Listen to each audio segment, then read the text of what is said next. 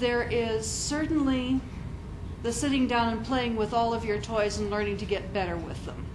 And that's a wonderful part of a Henna conference, and it's absolutely necessary. But at some point, you start thinking, well, why is this so interesting? Why do people react differently to it? What is it about getting my ears pierced, getting a tattoo, changing my hairdo that is important to me in my life? And if I'm dressed in one way in Los Angeles, if I fly to Nairobi, why do people look at me funny anyway? If you've heard that phrase, "You ain't from around here, are you?" which usually is what comes before something really unpleasant starts to happen. That's because there is such a thing as body and place. Every morning when you get up, you arrange your body to fit your place.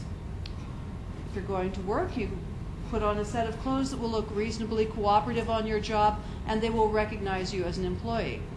Unless you arrange your body to resist place, like that famous tire that you decided, this is the night I want to get fired. Teenagers do this a lot. Teenagers arrange their bodies to make their parents want to kick them out of the house.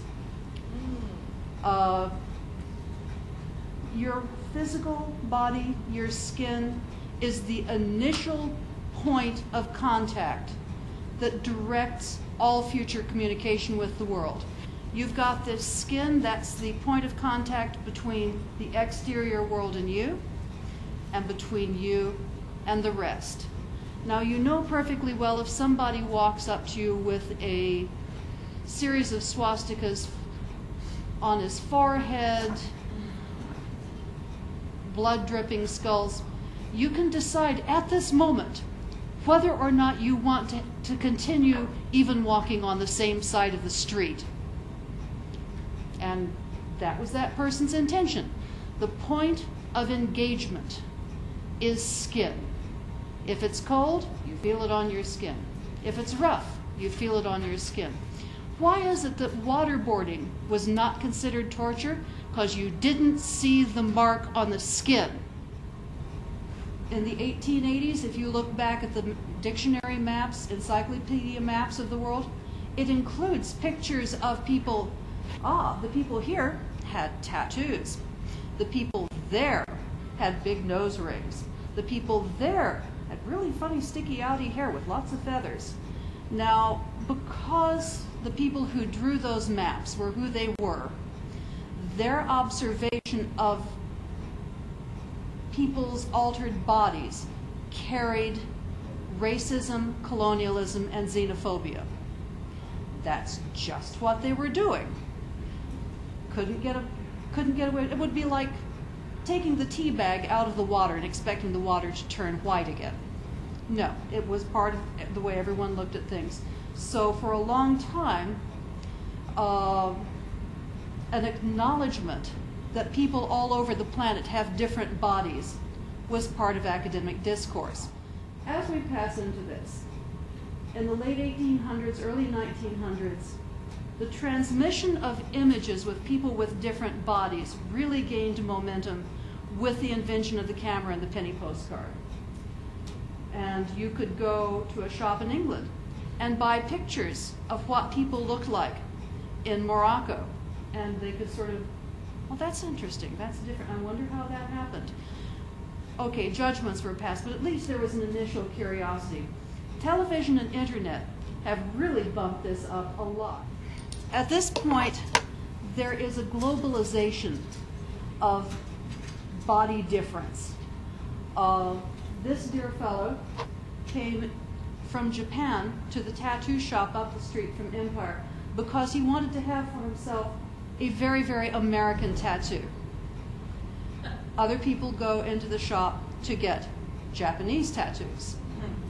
Nice American frat boys who are no more members of the Japanese mafia than I am. But the globalization of body alteration is part of what we're doing here. We're taking a body art that's indigenous to other countries, and we're playing with it and seeing how it fits into our lives. So your place in the world rests on this boundary that we're in here playing with every day. And the understanding of that fundamentally understands geography. You alter your body to tell a story. What we have here, one of Roy's photographs, I was a young woman, we met at the tattoo store just by accident. She was having 3 flowers tattooed up her back from about sacrum up to about bra strap level. Big tattoo, full color, all done in one chunk. The 3 flowers and the ribbon winding through it. It was a story to herself. Her grandmother had had breast cancer. Her mother was in chemotherapy. She knew she had just won the genetic lottery. Now, anyone else looking at her tattoo would think, oh, it's a nice girlie with a nice tattoo. But for her, it was a story. Most of us, if we choose a tattoo, do not choose it at random.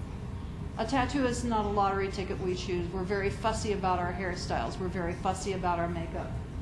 And it's your story. It's your resume. It's your ID card. You also assume that people know what you have written and can read it. She's kind of hoping they don't, because she doesn't want every discussion to begin with your family has cancer. But when it comes up, that's a discussion she would like to engage. Your parents altered you to position you in the peer group. The woman to the right, her feet have been bound, not because people in that society were cruel, but because if she had bound feet, she would never have to do farm work. She would never have to do heavy labor.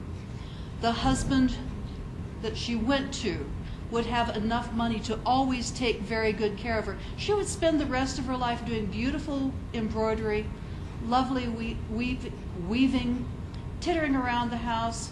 That's a lot better than standing in a rice paddy. So that alteration was done with love and kindness, and her parents chose it for her. We write on our bodies. The body we're born with is an expression of genetics and environment. The body we create, aspirations, fears, borrowings, memories, the places we've been, the people we care about. The body we were born with is what gives us life.